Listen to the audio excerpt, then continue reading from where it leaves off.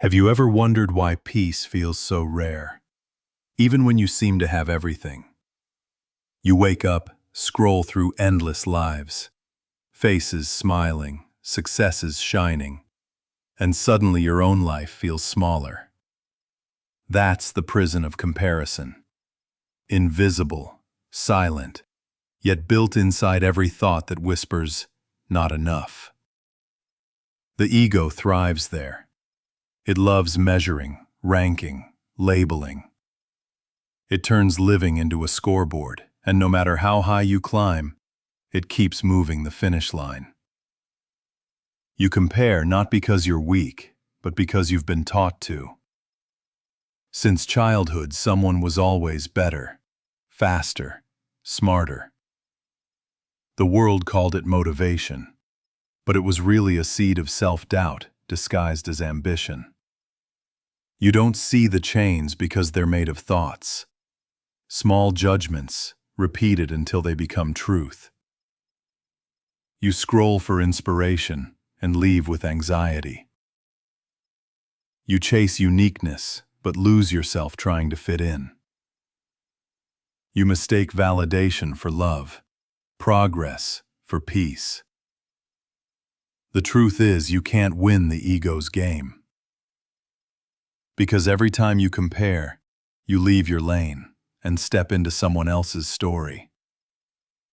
You lose touch with your own rhythm, your own becoming. Comparison is the thief of joy. The moment you stop measuring, you reclaim yourself. So ask yourself, if no one was watching, who would you be? If the applause, the likes, the praise disappeared, what would remain real within you? Maybe freedom isn't something to earn, but something to remember. And maybe peace begins the moment you stop running a race that was never yours to begin with. Comparison isn't just a thought. It's a habit that quietly shapes our lives. Studies in psychology show that people who compare themselves to others more often experience higher levels of anxiety, depression, and dissatisfaction, even when objectively successful. Social media has amplified this, turning every scroll into a mirror reflecting what we lack rather than what we have. Think of Sarah, a talented designer. She spent years perfecting her craft, but every time she saw a peer's portfolio online, she felt small. Her work was good, but the constant comparison made her doubt herself, slowing her progress. Meanwhile, her peer, unaware of Sarah's struggle, faced their own insecurities.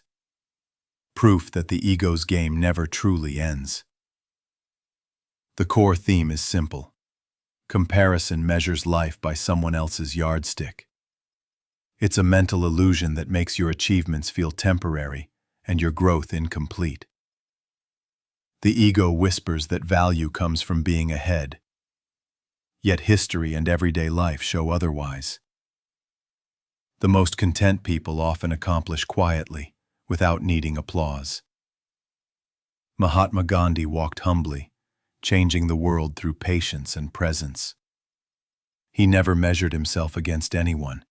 He measured himself against his own conscience. When you stop measuring your worth by another's success, you discover the vastness of your own life. Comparison creates an endless loop, but awareness breaks it. Recognizing that the ego thrives on contrast, better than, less than, not enough, allows you to step off the treadmill.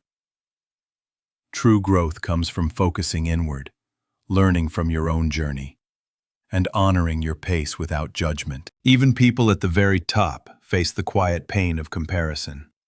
Take J.K. Rowling, for example. Before the success of Harry Potter, she faced rejection after rejection from publishers and constantly compared herself to other authors who seemed to have already made it. She battled self-doubt and wondered if her stories were ever good enough. Instead of giving in to comparison, she stayed true to her vision and wrote from her own voice, despite the obstacles. That choice didn't just define her career, it defined her life. Her journey shows that true influence emerges not from outshining others, but from fully embracing your own path. Similarly, Keanu Reeves is known for his humility and calm presence, yet he faced relentless comparison in Hollywood. Surrounded by fame, wealth, and accolades, he often felt invisible or inadequate next to more celebrated actors. Instead of competing, he focused on quiet self-discipline, kindness, and personal growth, creating a life of integrity and peace. His approach illustrates that stepping out of the ego's game allows you to flourish on your own terms, without being trapped by what others achieve. Both stories reveal a central truth. The ego thrives on comparison, but fulfillment emerges from self-alignment. Like a mirror reflecting endless images, the world shows you countless, better versions. But peace only arrives when you stop measuring and start creating your own reflection. Comparison is the fog that hides the landscape of your own life. Clarity comes when you stop looking over your shoulder. Breaking free from the prison of comparison begins with awareness. The first truth is simple. Most of the tension you feel comes from looking outward instead of inward. Every time you check someone else's success, you hand your power to their story. Start by noticing the moments you measure yourself. The act of recognition alone weakens the ego's grip. Next, practice focusing on your own growth. Set personal standards, not societal ones. Track progress against your past self, not against a neighbor, colleague, or influencer. Small wins. Finishing a project, learning a new skill, showing patience in a tough situation. Accumulate into real power that comparison can never steal. The principle is clear. Consistency and self-alignment outweigh temporary external validation. Real-world application also includes the company you keep. Surround yourself with people who inspire, not compete. Conversations with those who celebrate rather than compare create a culture of growth and reflection. Even daily habits, like journaling your achievements, gratitude practice, or mindful pauses during social media use, act as scaffolding for self-worth built from the inside. Consider the stories of famous figures. J.K. Rowling faced rejection after rejection but wrote her own story anyway. Keanu Reeves focused on personal integrity over industry rankings. Both show that fulfillment comes from self-mastery, not applause. Your life improves when you measure success internally rather than externally. Focus on your own journey. The only race worth running is the one you run with yourself. Comparison is not eliminated overnight.